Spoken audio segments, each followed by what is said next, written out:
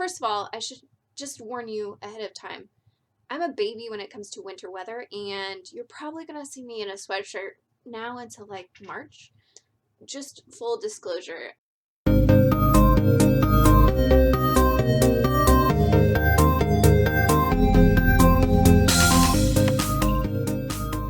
Hey friends, it's time for my November wrap-up. I'm pretty excited because I read more books than I've probably ever read in 1 month. So I have 15 books. Sorry, my cat's running around.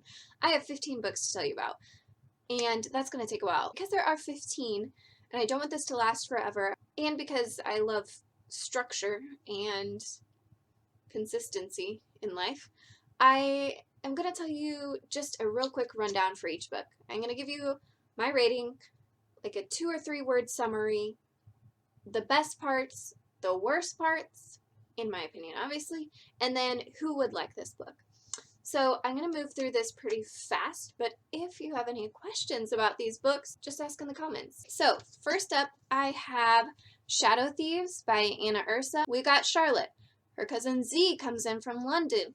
Kids are getting sick, and it has something to do with her cousin and also the underworld. I gave this a 3.5 stars. I really liked the references to mythology. However, some of the writing was repetitive and intentionally repetitive. It was kind of one of those writing styles every once in a while where it was like, Charlotte was hungry. She was always hungry. And when Charlotte was hungry, you knew this and that. So every like 2 or 3 chapters, you'd get this section where it just repeated this fact a bunch of times. It wasn't enough to bother me, but it was probably my least favorite thing about the book. So if you are someone who liked Percy Jackson, this would be a good series for you. We have Blood Oath by Christopher Farnsworth. So in this book, a CSI frat boy character gets stuck babysitting a vampire, and they have to stop a mad scientist from creating an undead army. Yeah. There's a lot going on here. I gave this a 3-star. My favorite part was the vampire background and lore. Every once in a while, they'd have like a vampire fact sheet kind of at the beginning of every chapter. They'd be like, here's some things that are true or not true. Garlic and crosses, and can they do this? And that was really cool. Also, the vampire character, when you get to learn how he became a vampire, was probably my favorite chapter in the whole book. Cons. First of all, audiobook. Do not, under any circumstances, listen to the audiobook version of this. It will probably drive you crazy and maybe offend you, to be honest. The accents are atrocious. It also had 2 or 3 rich kid frat boy characters that just grated my nerves, and like one is not that bad, but there were multiple, and so it was just like every single scene there was that one guy there that I just didn't like, and they were on both sides, good side and bad side. So I just wanted less of that. I don't need 5 frat guys in my book. 1 is too many in my opinion, but 5 I can't handle. So this book would be good for people who like the bad horrors, like so bad that they're hilarious, because I did enjoy listening to it. It towed the line between like really good action, and then you get the scene that was just hilariously ridiculous, and then you'd go back to really good action. Okay, another vampire book. We have Bunnicula by Deborah and James Howe. So 2 pets, narrators, the dog and the cats, and they get a 3rd pet, little bunny, who may or may not be a vampire. Can they warn their family in time? The good parts about this: the dog narrator is hilarious. It has some of those adult jokes that go over your head as a kid when you read it. I don't think there are any cons to this, aside from like I could have read a much thicker novel. I wish we had had a little bit more from the bunny. But if you like classic kid books, this is definitely one you should revisit, and if you haven't read it, please pick it up.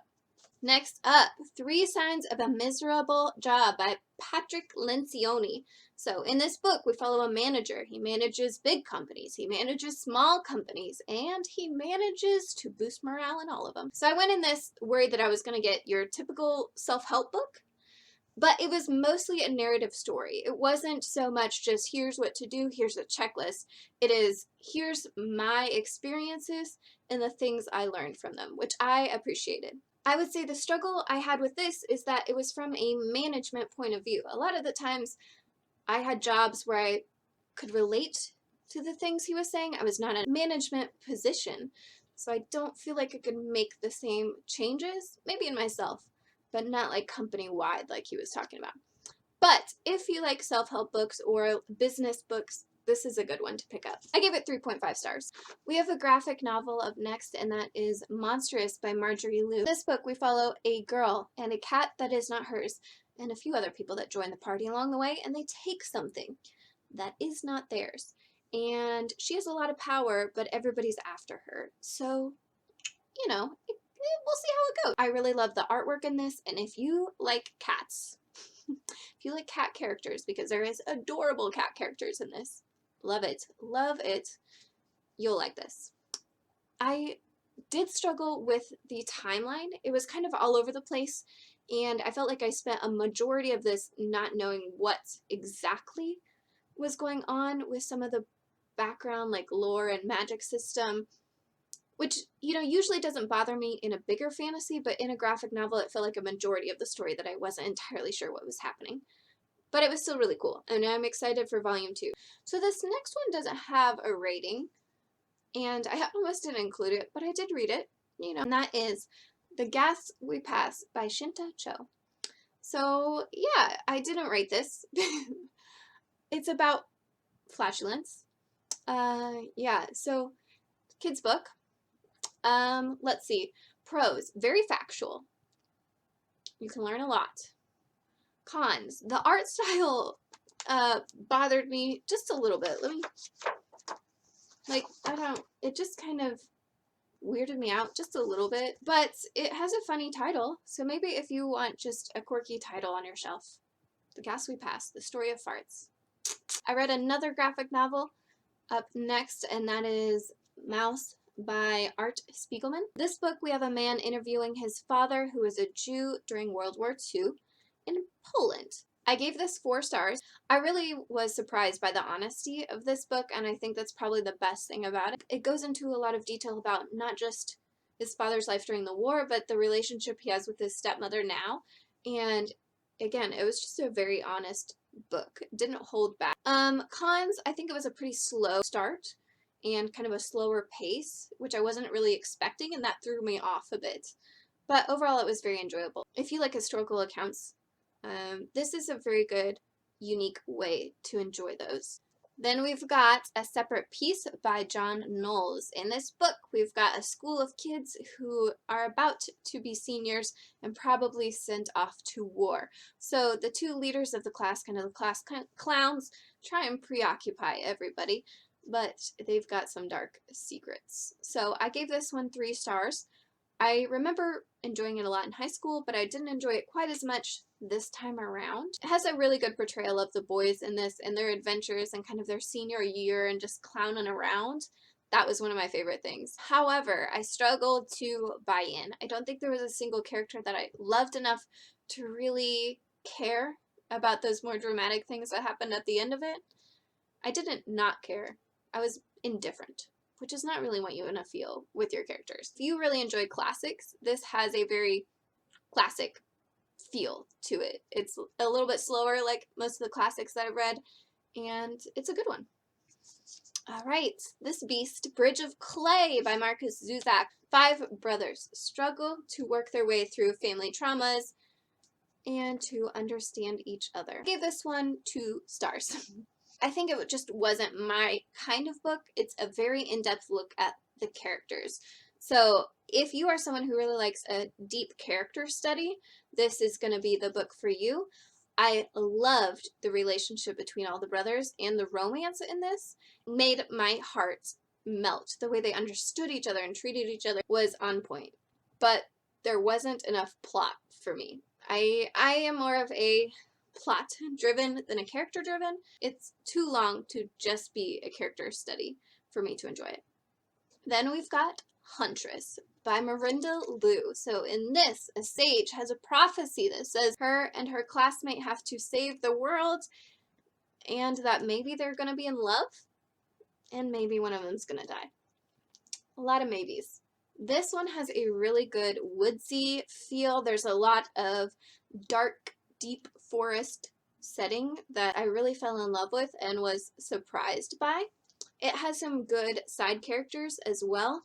The struggle for me was that it was pretty tropey. There wasn't anything like overly unique or surprising about it, but it still held its own. I gave it 3.5 stars, and this book is going to be for you if you want a solid fantasy with a sapphic romance. Okay, more than halfway done, and next up I have Orange by Ichiko Takona. We've got a girl who's getting letters from her future self about how she could potentially stop a tragedy in her friend group. Will they be able to change the future? Only time will tell. I loved this. I gave it 4.5 stars. And I think if you like a good found family, this one is so adorable. I loved the characters in this, and I really had a buy-in, especially once the potential tragedy does come up.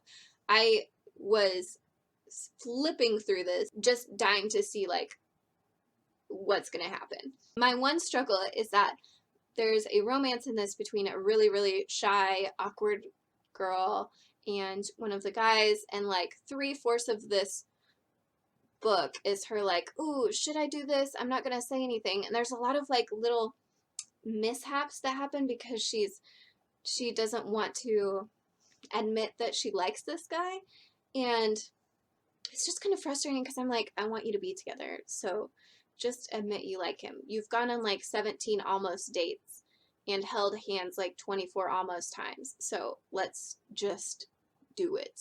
So that was a little bit frustrating, but overall adorable and found family perfection. Then I read/DNF'd Zeus by Laverne Thompson. So we have a god, Zeus, who has been defeated and his pieces have been scattered across the world, and now they have to come back, but will they give up their love to do that? I DNF'd this at about 45-50%. Good thing, I would say, because there are some good pieces to this. It wasn't a horrible, it was partly just not for me, and partly the things that stuck out as bad just really graded and were consistent. But it did have a really good female lead. Like, it tells you the Zeus scattering thing right up front, and then it's like, okay, we're gonna follow this one piece of him, and the one piece of him is called Zeus. It's a human called Zeus, and he runs a lightning company. I'm like, is that a little on the nose? Are all Zeus's pieces also called Zeus? Are there, what? And Zeus is a very macho man character, which I did not like, and he kept being like, oh, I don't ever tell people my feelings, but this girl, it's not my thing either. And then they kept talking about the dreams they were having, which were leading up to something, obviously. But they were like, I can't tell anybody about these dreams because they're too weird and people would think I was going insane. Their dreams were like, I'm an eagle in my dream. That's not a weird dream. You can tell people about that. If I had that dream, I would tell people about that. Or the girl was like, I'm in a forest and it should be snowing, but it's not. That's really strange. I'm like, you're in a dream and you're remembering that it should be snowing? I read far enough to get to some of the like smutty romance, and it kind of like glossed over that, which seemed to defeat the purpose for me. There was even the great trope of, oh, there's only one bed. We're stuck in a cave after a plane crash that we somehow survived. There's only one bed, and they just wake up the next morning. They skip over the one bed scene. But yeah, I think if you do like romance, and it's a short romance, it's a novella, so if you like novella romances, maybe those little things won't stick out as much to you and it could still be enjoyable. I don't think it's a bad book. I think a few of the smaller things just really grated my nerves right off the bat, and then I couldn't not see them. Alright, 3 more. Next up we have a Goosebumps, The Blob That Ate Everything. I did manage to finish it in time. So we have a kid who writes scary stories that are maybe coming to life. Or maybe it's just his friends playing a trick on him. My favorite part about it was the monster. As far as Goosebumps go, actually, rereading it was kind of disappointing. It's not the best Goosebumps I've ever read. And the friendship in this, one of the friends is a straight up bully to the kid, and then just like, I don't know why are you calling him a friend in this book? He's been nothing but mean to you. There is not a single page where he's nice to you. So that was a struggle for me. But the monster in this, again, if you want to kick in nostalgia, this is a book to pick up. After that, we have A Certain Slant of Light by Laura Whitcomb. So a 3-star rated book where a ghost has been seen for the first time in hundreds of years. And she's wondering if this is fate, is this love, and what does that mean for who she was before she died? The good things about this book are the way they describe the spirits, how the spirits communicate and connect to our world, and their limitations, and the way they can and can't interact with our world is really cool. One of the characters in this comes from a very religious background.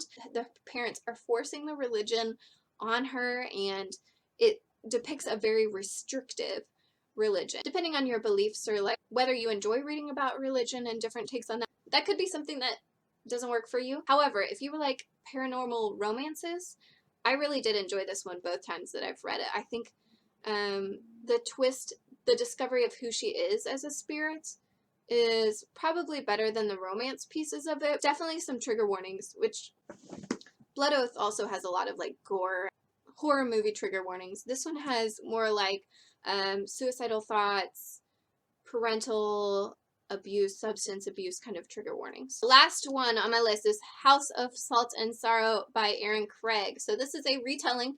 If you like retellings, this is a pretty unique one. It's the 12 Dancing Daughters. I gave this one 4 stars. A quick synopsis: you got 12 daughters and they are being killed off, and you don't know if it's a curse. Are the gods angry? Is there a murderer in their midst? And how many of them will survive? So I thought it was a really unique take on the retelling. I've read a few other 12 Dancing Daughters, and this one is definitely the most unique that I've read. My only struggle was I wanted more of the lore. I wanted a closer look at the sisters. It was kind of one of those books where just a little bit more and it could have been a 5-star. So I don't think there was any outright struggles. I just wanted a little bit more from it, you know, just a little bit. Right, we are at the end of my stack. Let me know what you think of this review style. I think it's probably what I'm going to do moving forward, but maybe there's something you want me to add in or change or take out, don't need it kind of feel. I'd love to know because, again, I really enjoy structure and continuity, and I don't mind doing the same review style every time, but I don't want it to get boring for y'all. So whichever 5 of you are watching, let me know if it's something you'd like to continue to see or not. And thanks for sticking around. Books. All right. I will see you later. I hope you have a great day. I hope you get some rest because everybody should be getting rest. That's important. I don't know. All right. Bye, guys.